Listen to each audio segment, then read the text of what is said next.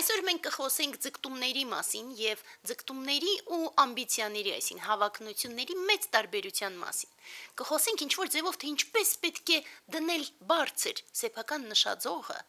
բայց նաեւ մենք պետք է ի սկզբանե ասենք, դասը վտանգավոր է։ Ինչու, որովհետեւ կան թեմաներ, որոնք որ այնքան վտանգավոր են, կարծես թե անդունդի եզրով շարժվես։ Ու եթե ճիշտ մոտիվացիայով ես դնում ձգտումները, ապա իրենք տանում են դեպի զարգացում։ Սխալ մոտիվացիայով դնում ես ձգտումը, ինքը տանում է դեպի անդունդ։ Այս է, եւ դրա համար ես կխնդրեմ առավելագույնս ուշադիր լինել եւ զգուշորեն վերաբերվել այս թեմային ընդհանրապես։ Եվ այդպես եկեք քայլ առ քայլ փորձենք դիտարկել։ Նախ եւ առաջ ամենակարևորը ասեմ, քանի որ մենք ուսմունքի տեսանկյունից ենք ցանկացած բան դիտարկում, եւ քանի որ ես ինքս հոգևոր զարգացման ճանապարհով եմ գնում եւ հոգևոր ուսմունքի փոխանցողն եմ, ըստ այդմ առաջինը ինչ որ մենք ընկալում ենք ուսմունքում, ոնց որ մենք մեր նախորդի դասի ժամանակ ասեցինք, մենք ուսմունքի ճանապարհին, հոգևոր զարգացման ճանապարհին իսպար սովորում ենք հրաժարվել ձգտումներից եւ ձգտումների մասին մտածելուց։ Սակայն այս մեր դասը մեկ մակարդակ ներքև է։ Առօրյա կյանքի մասին ինչ որ ձևով, նաև մի քիչ ավելի շատ զարգացման, մեր հայրենիքի մասին եւ այդպես շարունակ։ Պարզապես շատ կարեւոր է, որ մենք ճշտենք հստակ, որ մենք մի մակարդակ ներքև ենք խոսում։ Եվ այդպես առաջինը, երբ որ մենք դիտարկում ենք, մենք երբեմն դասերի ժամանակ հնչեցնում ենք, որ մեր խորին համոզմամբ ընդհանրապես զարգացման ձգտումը բնազդ է։ Շատ կարևոր է հասկանալ, ինքը իրոք բնազդ է։ Բավարար է նայել փոքր երեխաներին, որ հասկանանք, որ երեխայի հետաքրքրասիրությունը թերևս իրոք բնազդ է։ Այլ հարց,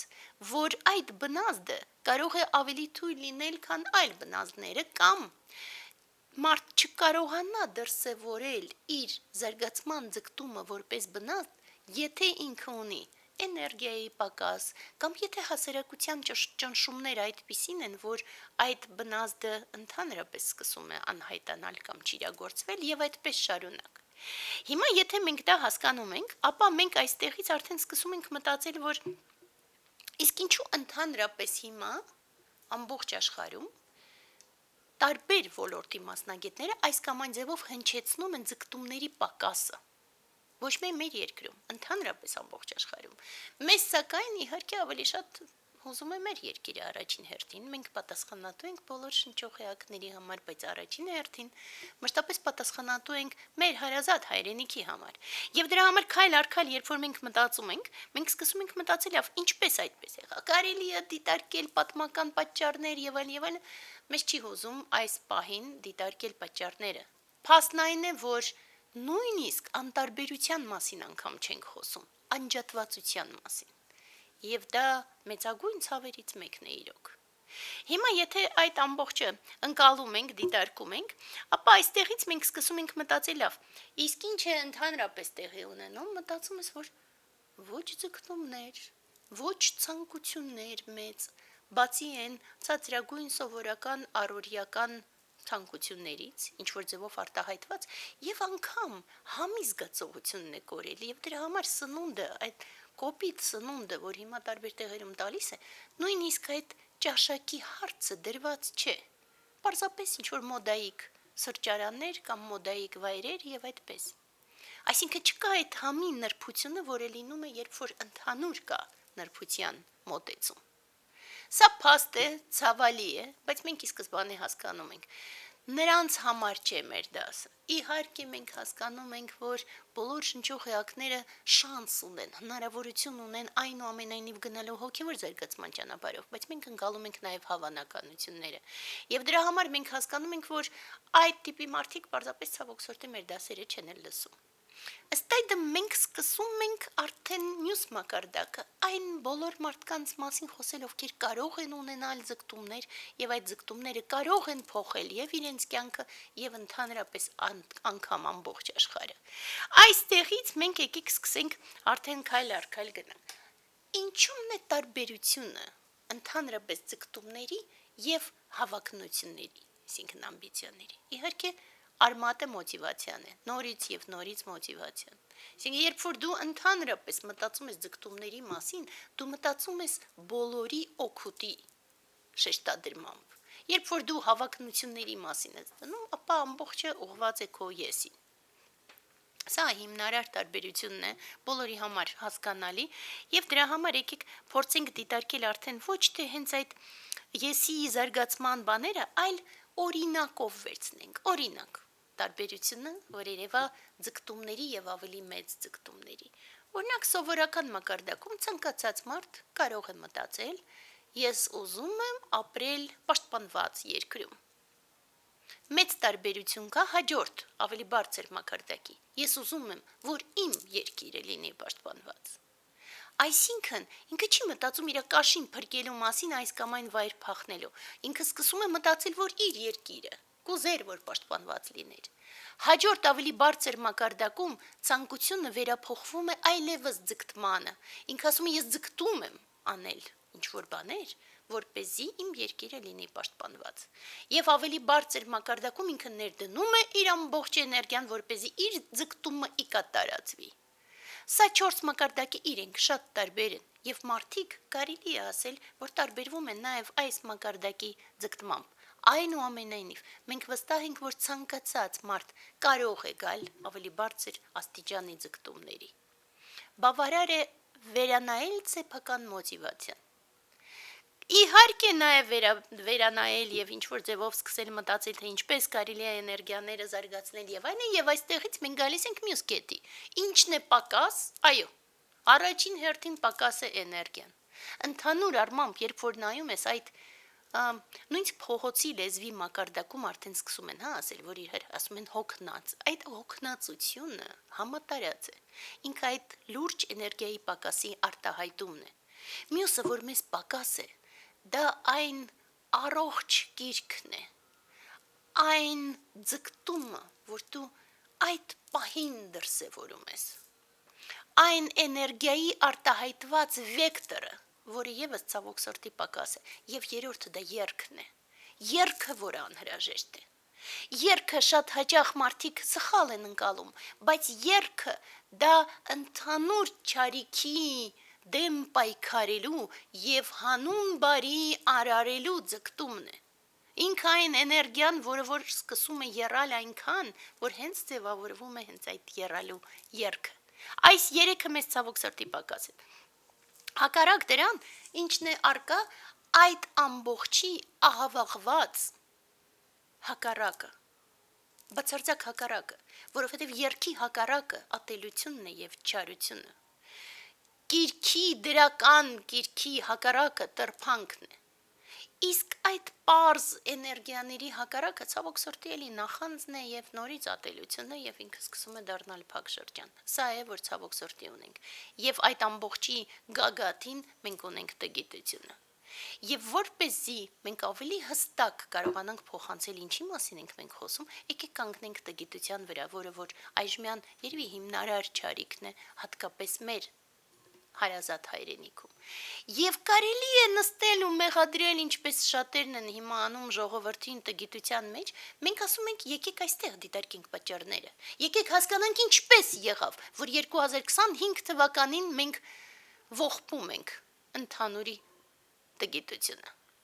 Մենք նայում ենք հետ եւ հասկանում ենք, որ երևի թե 94-95 թվականից ի վեր գիտակցաբար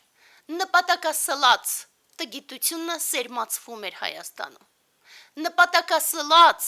ամբողջ զարգացած մարդիկ դուրս էին մղվում Հայաստանից։ Մենք կարող ենք մեղադրել նրանց, որ ինչու էին լքում հայրենիքը, ինչու մեր պես չէին մնում փորձելով պայքարել, բայց մենք մնացինք փոքրամասնություն դարձանք, մեր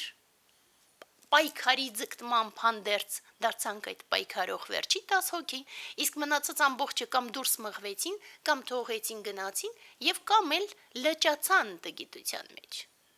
Ըստ այդմ շատ կարևոր է նորից եւ նորից ասել 4.5 տարի յուրաքանչյուր ելույթի ժամանակ, դասի ժամանակ, անգամ որ լույսը չմարի դասի ժամանակ, մենք անընդմեջ ինչի մասին էլ խոսում ենք, բերում ենք այդ արտահայտությանը, ոնց որ ասեցինք, որ Կարֆագենը պիտի ավերվի, եւ դրա ցանկացած պահին ինչի մասին էլ մենք խոսում ենք, մենք գալիս ենք դրան, որ Նիկոլի իշխանությունները պետք է անհապաղ ոչ միայն հեռացվեն, այլ նաեւ դատվեն, որովհետեւ մենք գործ ունենք պետական դավաճանության հետ, բայց դրա հետ մեկտեղ մենք պիտի հասկանանք, որ մենք ունենք այդ իբր ընդդիմության զանգվածը, որը որ իրականում ոչ մի բանով իրենցից չի տարբերվում, եւ մեղավոր է այս արկա տգիտության մեջ եւս։ Ու ինչ ունենք մենք, երբ որ մենք նայում ենք, մենք մտածում ենք, որ գիտեք, տարօրինակ էր, ապշեցուցիչ էր։ Մի կողմից ես անընդհատ ասում եմ, որ երբ որ պայքարում եմ, ինձ համար մեկը էլով է պայքարում։ Որովհետև երբ որ ոնց որ մի անգամ հրդեհի օրինակը բերեցինք, երբ որ հանգցնում ես հրդեհը, դու չես նայում էլով է քո հետ հանգցնում։ Քո համար կարևորը հանգցնել հրդեհը։ Եվ ըստ այդմ մեզ համար առաջնային խնդիրը, ոնց որ ասեցի, ձերբազատվել եւ դատել պատասխանատուներին։ Բայց նաեւ երբ որ մենք հետ ենք նայում այս ամբողջին, մենք հասկանում ենք, որ ամբողջությամբ դիսկրեդիտացիայի ենթարկված քաղաքական դաշտ ունենք։ Ու սա ոչ պակաս մտահոգիչ է իրականում, քան դավաճան իշխանությունները։ Դեռ ավելին, այս ամբողջ խնդիրը նույնն է։ Ու շատ կարևոր է, որ մենք հասկանանք նույնն է։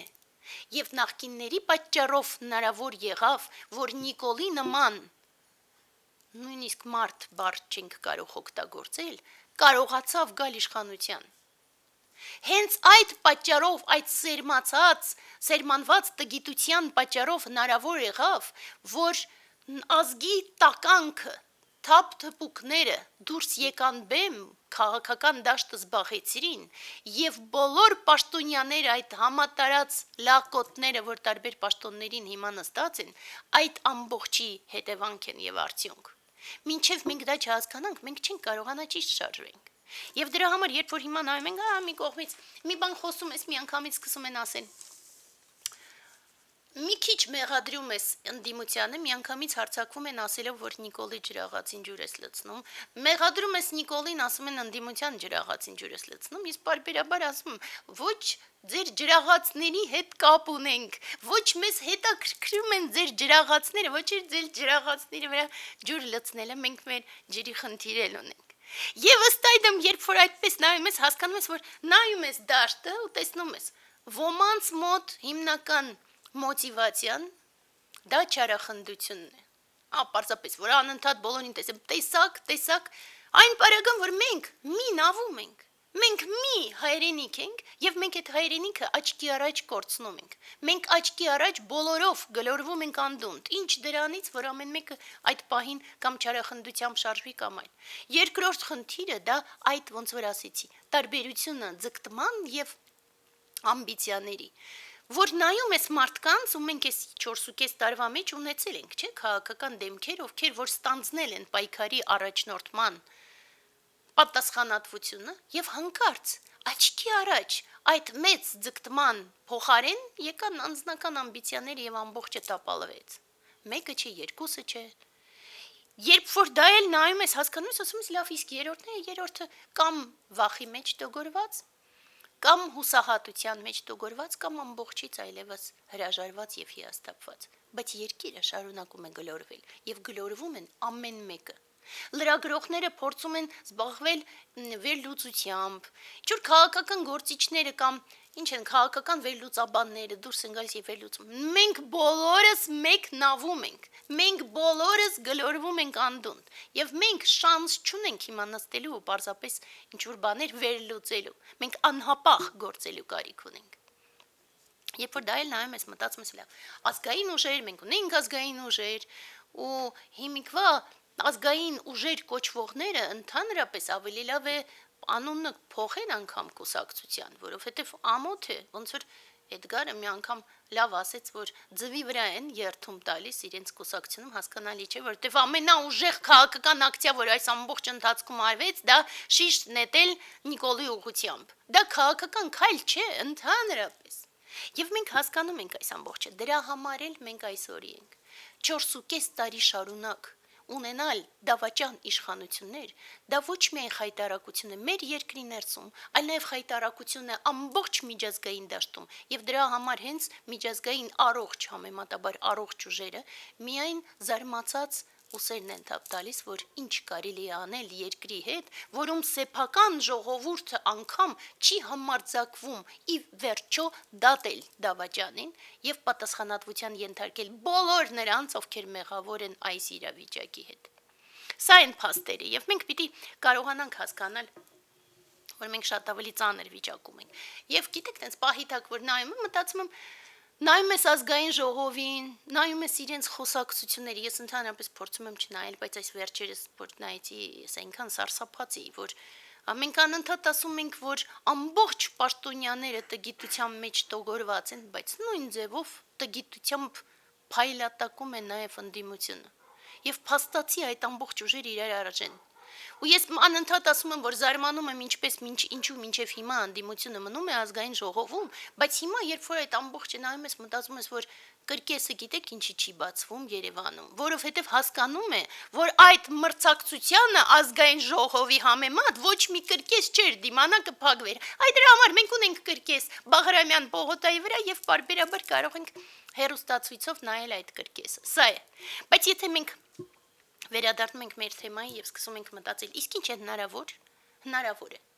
Հնարավոր է առաջին հերթին։ Մենք նայում ենք քաղաքական դաշտ ու մտածում ենք ազգը վատ վիճակում է, ոչ, քաղաքական դաշտն է վատ վիճակում, բայց մենք պիտի հասկանանք, եթե դու չես զբաղվում քաղաքականությամբ, քաղաքականությունը զբաղվում է քեզնով։ Սա հայտնի արտահայտություն է եւ ըստ այդմ, սա քաղաքականության հարց չէ, իսպառ։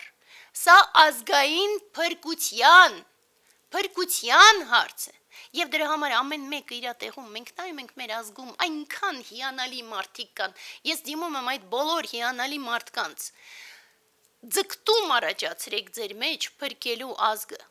Մենք չենք կարող, մեր ազգը ֆուտբոլ խաղացող չէ, մենք չենք կարողանում միանալ, թիմային գործել եւ այլն։ Ոչինչ։ Տեղերում ամեն մեկը իր մեջ այդ երգը, ոնց որ վերջից անդադ ասում եք եւ դեռ անընդհատ կասենք, իր երգը պիտի այնքան առաջացնի, որ այդ երգը ջախջախի եւ տանի այդ ամբողջ կեղտաջրերը մեր նախկին իշխանությունների եւ մեր դավաճան իշխանությունների եւ մենք չունենք այդ ընտրությունը իբր թե կրիմինալի եւ դավաճանների միջև մենք չունենք ճարիքը ճարիած փոքրագույն չունի ճարիքից պիտի իսպառ հրաժարվենք եւ կարողանանք պատասխանատվություն ստանձնել մեր ազգի համար դրա համար պետք է այդ ամբողջ ձգտումների իրական ուժը եւ ճիշտ մոտիվացիան